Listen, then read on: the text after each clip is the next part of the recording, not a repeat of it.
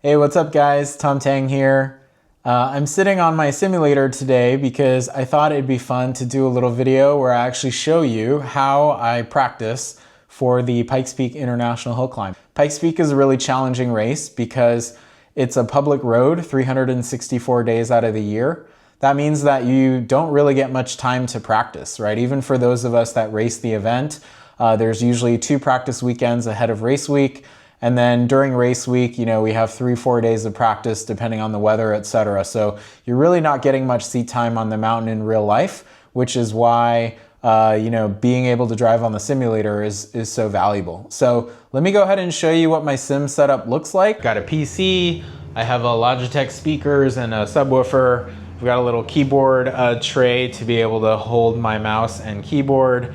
I have a bucket seat. I run a Fanatec DD Pro wheelbase. I run a Porsche steering wheel.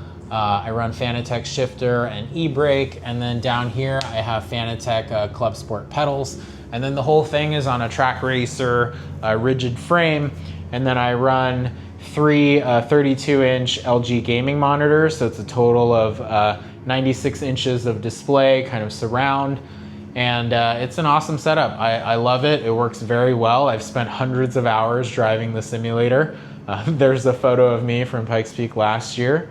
So yeah, this is my sim setup. The baseline car for my simulator is really this BMW M3 GT2. It's pretty similar in terms of weight to my actual E46 M3. But what you'll notice here is that actually I run 170 kilograms of ballast, and I also run an 80% restrictor. And what that does is the power map that's loaded onto the sim car is actually already adjusted. So Jay and I took the actual power figures that the car makes by RPM, and we input it into the simulator so that this BMW M2 has a power curve that mirrors the power curve of my real car. But we went one step further. We actually adjusted the power based on altitude and estimated loss due to the thinness of the air. And then on top of that, I added the 80% restrictor, which gets us much closer to the mile an hour that I see in real life, right? I have the benefit of having driven on the mountain now. And so because I've driven on the mountain now in real life, I know, what speeds am I actually hitting? Where can I actually keep my foot down? And, how realistic is it, right? So I would say my sim car and my real car are pretty darn close in terms of, both how I drive it and how it feels. And I'm able to validate that too because I also drive this same sim car and my real car at, say, Sonoma Raceway. So I drive at Sonoma in real life, and then I also drive at Sonoma on the sim, and I'm able to fine tune, how does it feel? What mile an hour am I seeing? And again, that's the power of AIM Sports in terms of having the data in front of you. Let's go ahead and get logged in here. So now I have the car queued up, right? I do run tire blankets just like in real life. You'll see that here. I have the weather and the wind and the temperature of the track and all that stuff kind of set up to what it would be in real life. And then let's go ahead and load.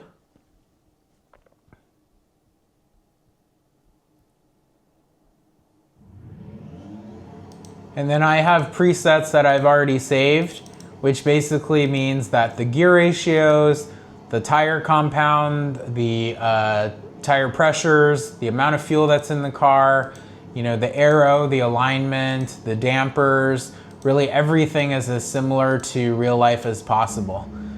And then here we go.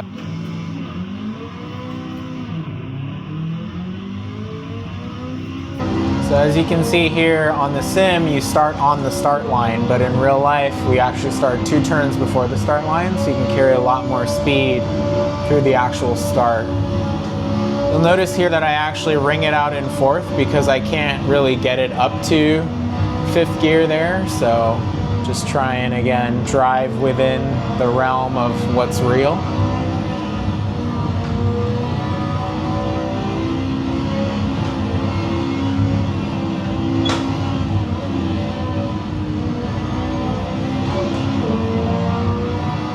Here's the turn where I went off in real life. Dip the tire off on the right there.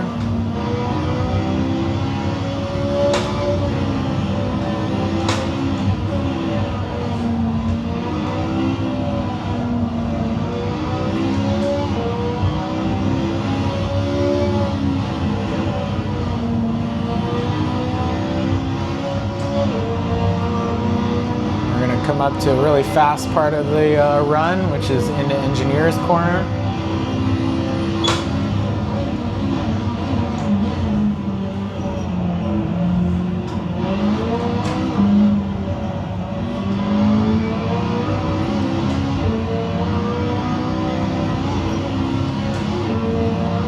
Coming up into Picnic Grounds.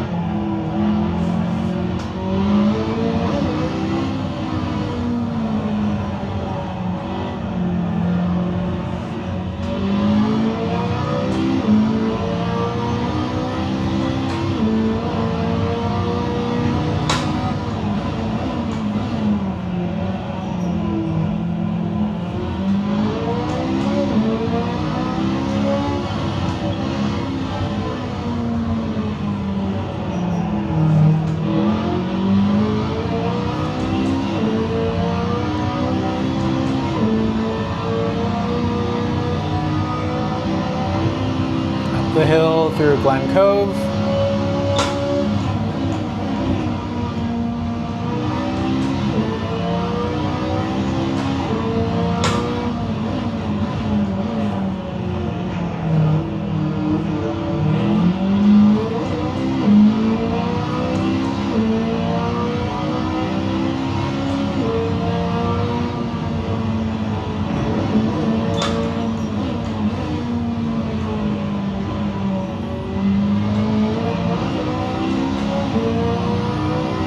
This is always the hard part on the sim. You can keep your foot buried, but in real life, when you're driving up towards the sky, it's sketchy.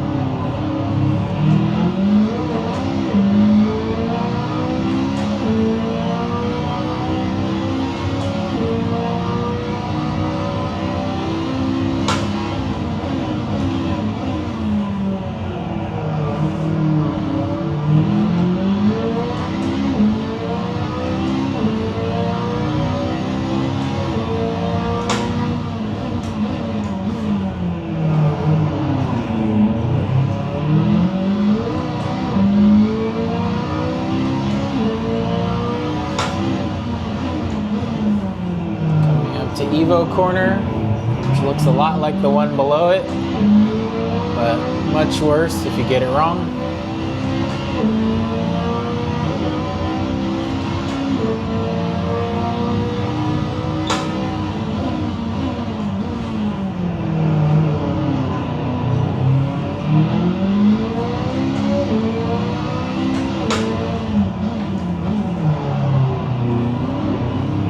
Devil's Playground.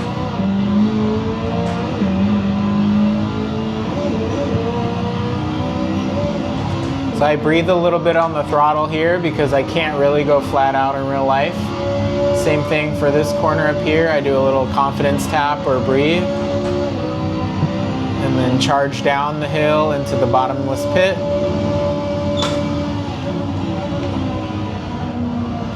You'll notice I'm ringing out the rev limiter because I don't think I can carry more speed than that in real life because of the altitude. There's no way to simulate the altitude on the sim, so it's just me being patient and being realistic.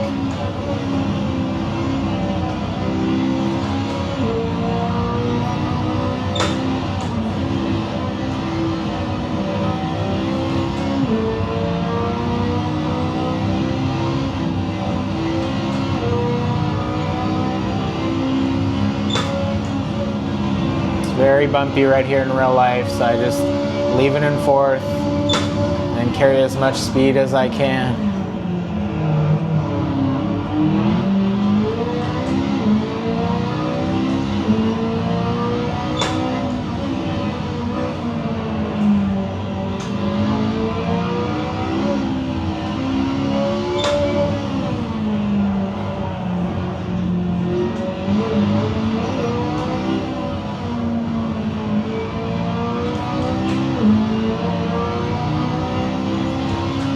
Same thing, I'm going to breathe the throttle up here a little bit for this kink, because I don't think I can carry full speed flat out through there in real life. And then just leaving it in fourth, banging off the rev limiter, going as fast as possible here.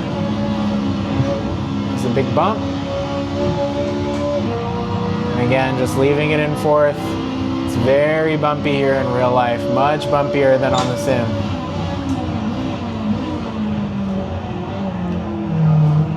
Corners, full throttle. Gonna breathe a little bit of the throttle right here on this right-hander. It's very bumpy. There's a big dip right there. Hard on the brakes. Second to last corner. The last section is so bumpy.